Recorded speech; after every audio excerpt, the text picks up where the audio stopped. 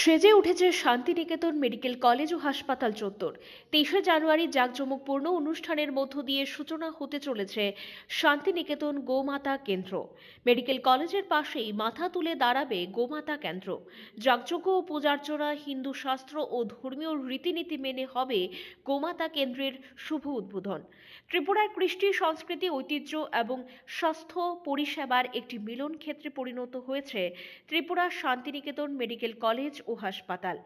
একদিকে স্বাস্থ্য পরিষেবা প্রদান করা, অন্যদিকে কর্মসংস্থানের পাশাপাশি আনন্দ বিনোদনের কেন্দ্র হয়ে উঠেছে এই মেডিকেল কলেজ ও হাসপাতাল। পজিটিভ বার্তার কর্ণধার ডক্টর মলয়পীঠের উদ্যোগ ও ভাবনা থেকে মেডিকেল কলেজ ও হাসপাতাল প্রাঙ্গণে তৈরি হতে যাচ্ছে গোমাতা সেবা কেন্দ্র। শহরতলির মধুবন রানীর খামারস্থিত এলাকায় বিশাল জায়গা জুড়ে মাথা উঁচু করে দাঁড়িয়ে আছে শান্তিনিকেতন মেডিকেল কলেজ ও হাসপাতাল।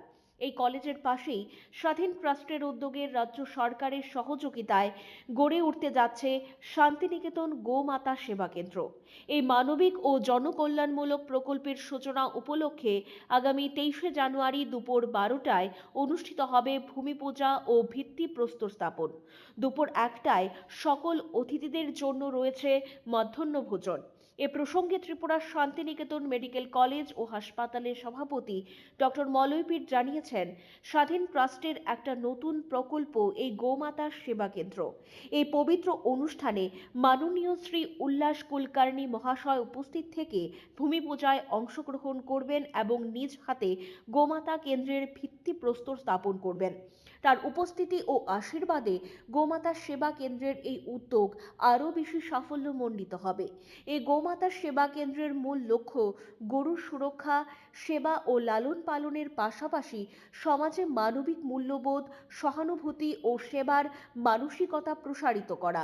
স্বাধীন ট্রাস্টের এই উদ্যোগ রাজ্য সরকারের সহযোগিতায় ত্রিপুরায় সামাজিক কল্যাণের ক্ষেত্রে একটি গুরুত্বপূর্ণ পদক্ষেপ হিসাবে বিবেচিত হচ্ছে। হিন্দু ধর্ম সংস্কৃতিতে গরুকে মা হিসাবে গণ্য করা হয়। এই ভাবনাকে ভিত্তি করেই এই গোমাতা সেবা কেন্দ্র গড়ে উঠছে শান্তিনিকেতন মেডিকেল কলেজ ও হাসপাতাল প্রাঙ্গণে। শান্তিনিকেতন গোমাতা কেন্দ্র শুভ সূচনা বা ভূমি পুজো 23শে জানুয়ারি। এই উপলক্ষে 23শে জানুয়ারি ভোরবেলা থেকে নাম সংকীর্তন এবং ধর্মীয় অনুষ্ঠান, গীতাপাঠ এগুলি সম্পন্ন হবে। 12টার সময় আনুষ্ঠানিকভাবে ভূমি পুজোর মাধ্যমে এই অনুষ্ঠান শেষ হবে।